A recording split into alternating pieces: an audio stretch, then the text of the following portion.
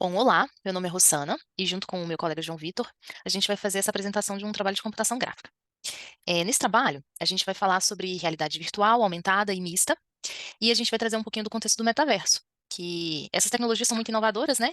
E elas têm mudado muito a maneira como a gente interage com o mundo digital.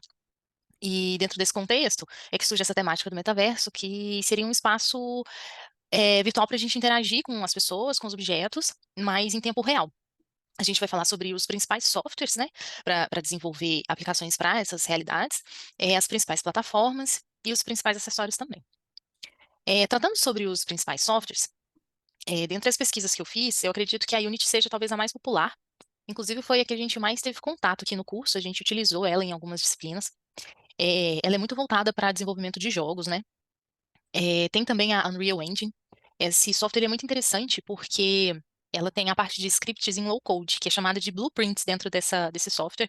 Então, ela permite que o criador ali da aplicação, muitas vezes, não tenha nenhum tipo de conhecimento sobre nenhuma linguagem de programação, por exemplo, né? Ele não precisa ser um desenvolvedor.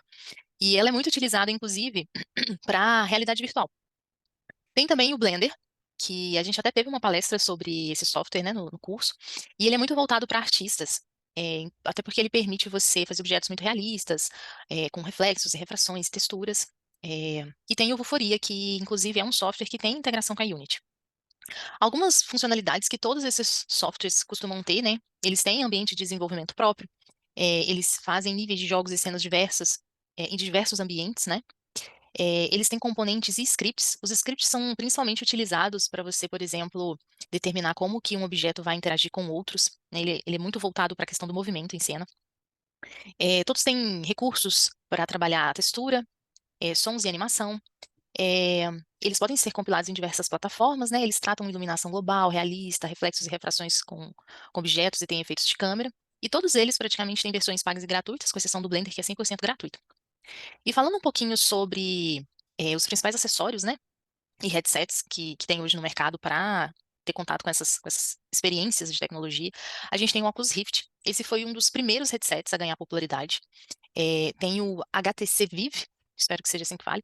Ele tem uma vantagem porque ele tem um sistema de rastreamento de movimentos, que é baseado em sensores externos, então ele proporciona uma experiência de rastreamento mais precisa, né? Tem o PlayStation VR. O problema dele, apesar dele ser uma opção mais acessível, ele fica limitado à plataforma, né? E tem também o Microsoft HoloLens, que é um headset de realidade mista, e ele combina elementos do mundo virtual com elementos do mundo real. Esses são só alguns exemplos, né, existem outros no mercado. Esses foram alguns dos principais que a gente encontrou na nossa pesquisa.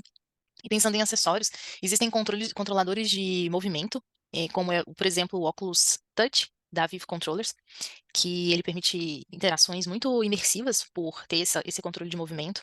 Tem as luvas de rastreamento de mãos também para você interagir. Esteiras de movimento para você poder caminhar dentro dessa realidade virtual, na verdade, estando parado no mesmo lugar, né?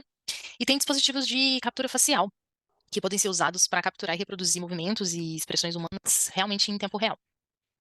Falando um pouco agora sobre as principais plataformas, a gente tem basicamente a web, que a gente pode utilizar o próprio HTML, CSS, JavaScript para fazer aplicações em realidade virtual aumentada para ela, mas normalmente utiliza frameworks para facilitarem, como por exemplo o A-Frame, que ele facilita muito a integração, a criação de experiências, né, com a realidade virtual e aumentada. E um exemplo disso é a projeção 3D. Normalmente, quando a gente pesquisa algum tipo de animal ou coisa no Google, ele pergunta se a gente quer ver aquilo em realidade aumentada.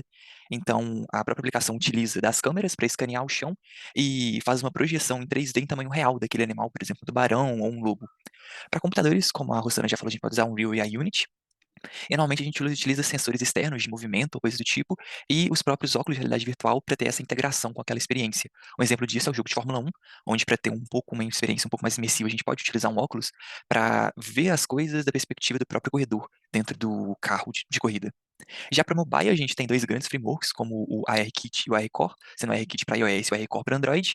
E um exemplo de uma experiência é o Pokémon Go, onde as pessoas caçam Pokémons e quando encontra algum, ele pode aparecer no próprio ambiente da pessoa e ela pode tentar capturar ele, coisa do tipo. Agora a gente vai mostrar um exemplo disso, uma demo que a gente fez, a gente encontrou uma própria demo da Unity. Aqui ele mostra basicamente dividido em dois lados, o que seria a visão do olho esquerdo e a visão do olho direito. Como a gente não tem óculos, a gente não consegue ter uma movimentação, a gente só consegue interagir basicamente aqui, mexendo na lista, coisas do tipo, com o mouse ou nos botões aqui das laterais. Como a gente não tem óculos, a gente não consegue fazer uma coisa um pouco mais um pouco mais sofisticada, como interagir com objetos ou coisas do tipo, mas aqui é mais para dar uma ideia de como funciona e como é, fazer aplicações utilizando a Unity para realidade virtual. E é isso. Muito obrigado, gente.